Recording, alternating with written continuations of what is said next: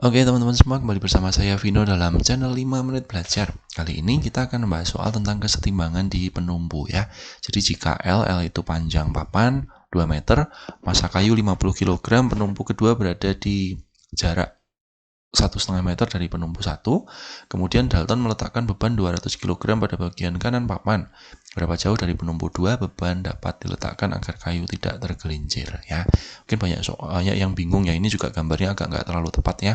Tapi teman-teman, intinya tuh seperti ini teman-teman.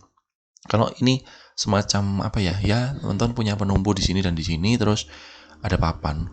Pasti kalau teman-teman berdiri di antara penumpu 1 dan 2 ini nggak masalah.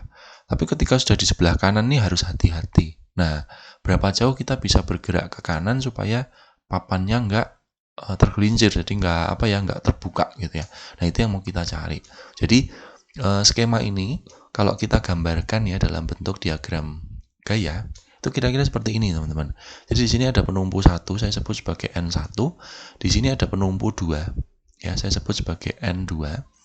Nah, lalu kemudian kalau ada ada massa kayu, berarti di tengah-tengah ini kita punya berat kayu juga. Ya, berat kayu mesti di tengah-tengah.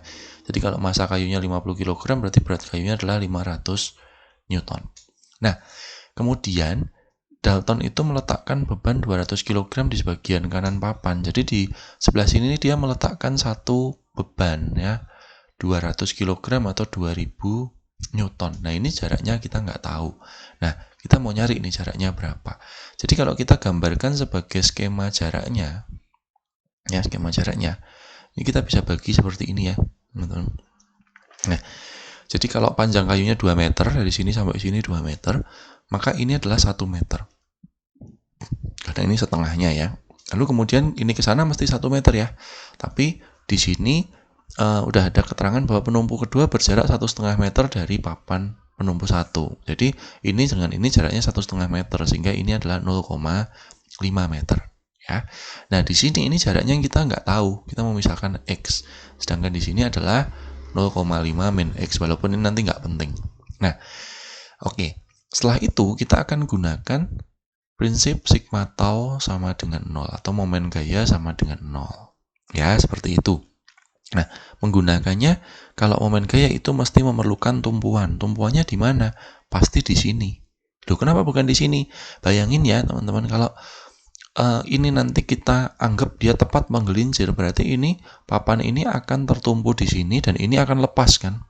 Ini akan lepas kan? Jadi ini tuh nanti otomatis dia akan lepas. Nah, kalau lepas itu berarti mesti 0. Nanti mesti kita akan gunakan N1-nya mesti sama dengan 0. Ya, jadi ini yang menjadi tumpuannya ya, tumpuannya di sini. Nah, kita gunakan sigma tau. Sigma tau adalah F kali L. Jadi gaya kalikan lengan. Kita mulai dari ini. Nah, ini jelas 0, nggak usah kita tulis ya. Nah, lalu kemudian ini, karena ini porosnya di sini berarti ini menyebabkan dia berlawanan jarum jam. Kita ambil min 500, kita kalikan dengan jaraknya 0,5. Kemudian ada gaya ini lagi.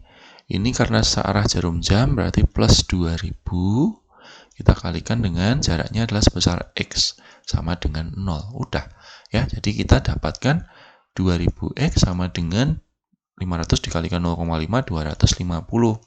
Sehingga X-nya adalah 250 dibagi 2000.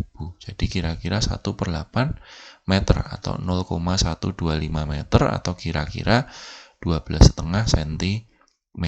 Jadi kalau bebannya itu diletakkan di sini ya, dari di sini mungkin maksudnya di sini itu kira-kira 12,5 cm dari sini itu tumpuannya ini sudah tergelincir, jadi papannya sudah kebuka gitu ya, sehingga jatuh. Ya kalau lebih jauh lagi udah pasti jatuh. Tapi kalau dia diletakkan hanya di 10 cm itu papannya belum jatuh ya. Seperti itu maksudnya soal ini.